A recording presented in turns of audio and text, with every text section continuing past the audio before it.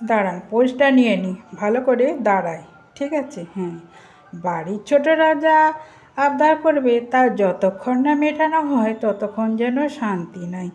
নমস্কার বন্ধুরা, সুলতা হেসেলে আপনাদের সবাইকে স্বাগত। ছেলে সিঁড়ি থেকে উঠতে উঠতেই বলল, আজ আলু ভাজা খাবে। কিন্তু আলু ভাজা তো বানিয়ে দিতে হবে। আর হ্যাঁ, যদি আমার এই আলু ভাজা রেসিপিটা আপনাদের ভালো লাগে তাহলে লাইক আর সাবস্ক্রাইব করতে ভুলবেন না যেন। চলুন তাহলে শুরু করি। প্রথমে আমি ধনেপাতাটা কুচিয়ে নেব,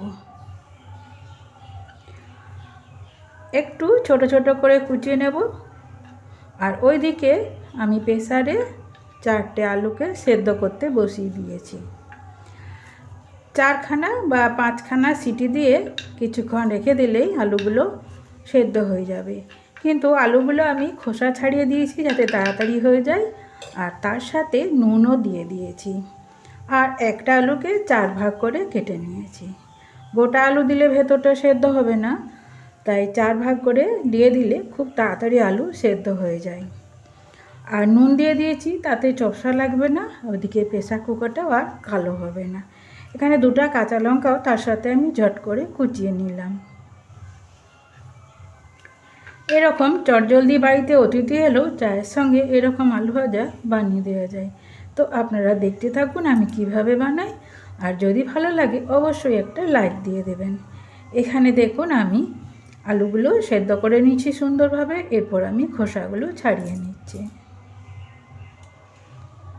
একটু গরম আছে, কিন্তু যেহেতু তাড়াতাড়ি আছে তাই আমি ফ্যানের তলায় একটু দিয়ে দিচ্ছি, দিয়ে আমি ছাড়িয়ে নিয়েছি। এরপর আলুগুলোকে আমি ছোট ছোট পিস করে কেটে নেব, গোল গোল করে কাটব, তবে একটু পাতলা থাকবে যাতে ভেতরে নুন হলুদটা ঢোকে। ঠিক যেমন করে কাটছি এই রকম।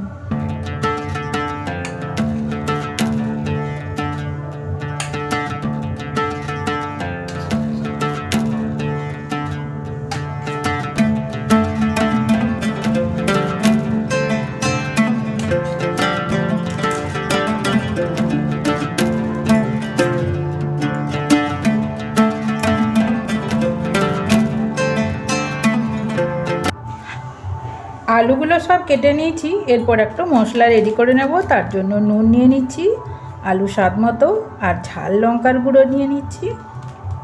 এখানে কিন্তু ঝাল লঙ্কাটা অবশ্যই লাগবে। তারপরে ওই যে ধনেপাতা কাঁচা লঙ্কা কুচিয়ে রেখেছিলাম ওইটা নিয়ে নিলাম। এরপর একটু এভাবে চটকে নেব, তাহলে ধনেপাতার রসটা বেরাবে, এতে স্বাদটা ভালো হবে। তারপর আলুর সাথে একটু একটু করে মাখিয়ে দেব, তবে আলুগুলো সেদ্ধ আছে তাই সাবধানে মাখাতে হবে যাতে ভেঙে না যায়।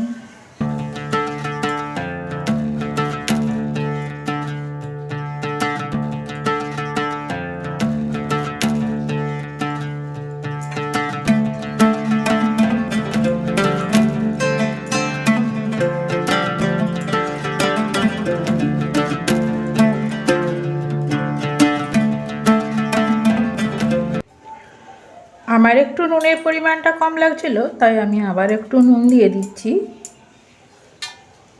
দিয়ে আবার সব আলুগুলোতে খুব ভালো করে মাখিয়ে দিলাম। এরপর এর উপরে একটু কর্নফ্লাওয়ার ছড়িয়ে দিচ্ছি যাতে নুন হলুদ লঙ্কা সব সুন্দরভাবে আলুর গায়ে আটকে থাকে। আর আলুর যে ভাজবো আমি উপরিতলটা একটা যেন লেয়ার তৈরি হয়, তাই 2 চামচের মতো কর্নফ্লাওয়ার আমি ছড়িয়ে দিয়েছি, দিয়ে আলুর উপরে হালকাভাবে মাখিয়ে দিচ্ছি।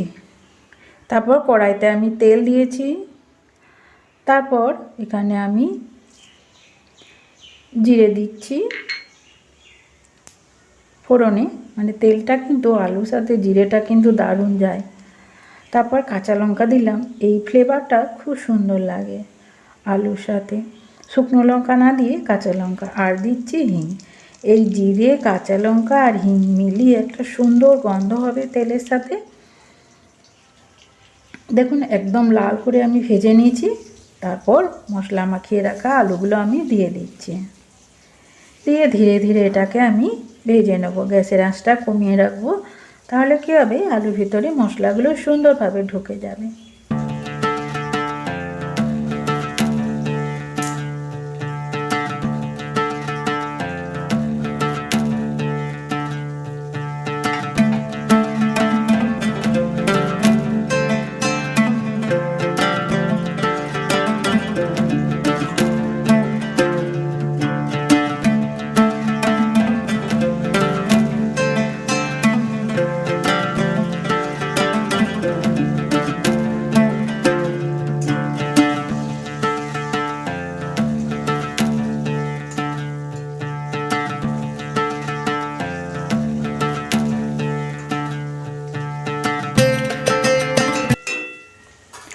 আলুগুলোকে মোটামুটি উল্টে পাল্টে আমি ভেজে নিয়েছি।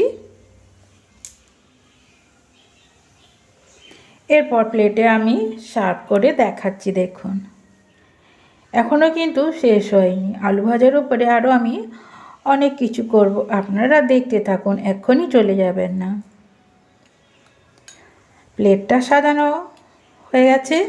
এরপর এখানে আমি টক দই নিয়েছি, তার উপরে একটু পাউডার দুধ দিয়ে দিয়েছি। টক দই যদি একটু বেশি টক মনে হয় তাহলে উপর থেকে একটু পাউডার দুধ দিয়ে মাখিয়ে দিলে টক ভাবটা চলে যায় আর একটু মাখনের মতো টেস্ট হয়। তারপর সেটাকে আমি আলুর উপরে দিয়ে দিচ্ছি। ছোটদেরকে যত সাজিয়ে গুছিয়ে খেতে দেবেন তত কিন্তু খাবার আগ্রহটা তাদের বাড়ে। আর এইরকম কিন্তু খেতেও ভালো হয়।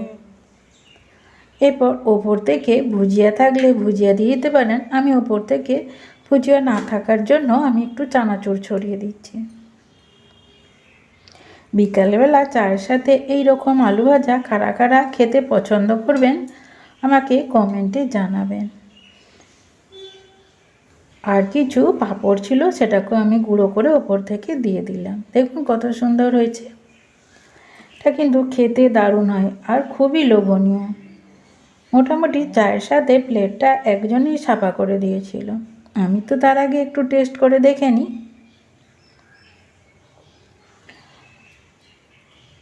আজ তাহলে এই পর্যন্তই। আবারও হাজির হয়ে যাব অন্য কোনো রেসিপি নিয়ে।